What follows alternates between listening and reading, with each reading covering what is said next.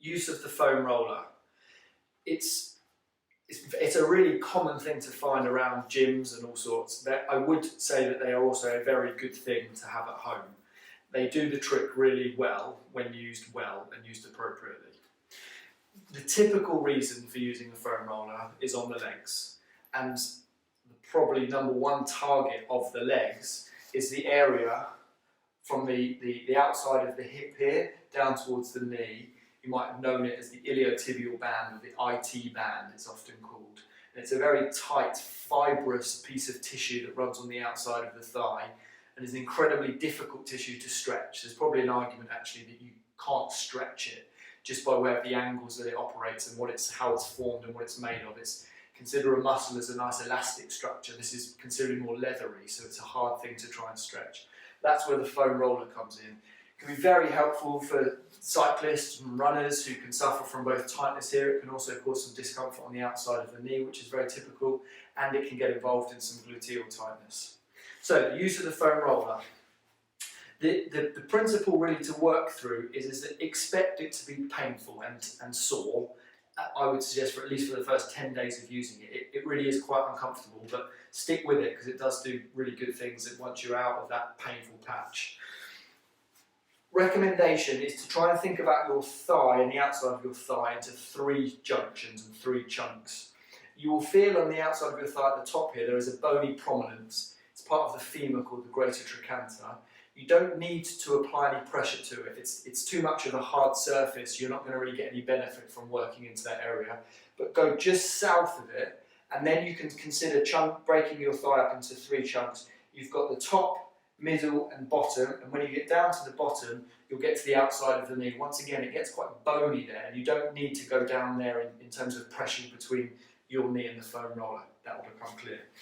Foam roller goes in a horizontal position, ideally on the floor. You beginning to lay across the foam roller, and you will end up going down onto your elbow. In this instance, I'm doing my right leg, so I'm going to be onto my right elbow. Left foot is a stabiliser in front of my right leg in a bent position. Straighten that right leg, and now you've got a free hand, and that can change the position of the foam roller. So I'm on the bony prominence here, so that's too high.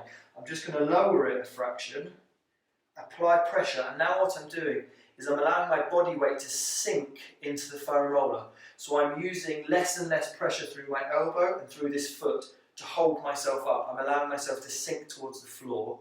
And now I roll up and down, not a huge distance, and I'm going to stay here for about 10 seconds. And it will feel tender, and it does now. Once you've rolled there for 10 seconds, you lift yourself off the foam roller a fraction, move it down to that middle section of your thigh. Once again, apply the pressure down into the foam roller. Same things apply. Roll up and down, similarly for about 10 seconds. Typically, this is the area that feels the most uncomfortable, right in the belly of the muscle. And then finally, up again, right down towards the bottom. Once again, conscious not to squeeze your knee between the foam roller and the bony bumps of the outside of your knee. And there for 10 seconds as well. And then stop. You would then try, if you can, to repeat those 3 areas again and repeat that 3 times. You might wish to change to go to the other side just to give your leg a rest and come back to it, and therefore alternating from one side to the other. Stick with it though. It will be sore at the beginning. It will ease. The more you do it, the more it will ease.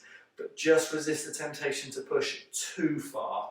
My general principle is if you can keep a straight face, but it's painful, you're probably about right. If you start to really grimace, you're probably pushing it a bit too far, and what you can then find is to try and get back on the foam roller the next day is just too painful because you've actually slightly bruised the area. You want to just be beneath that. You will get there with it feeling more and more comfortable though.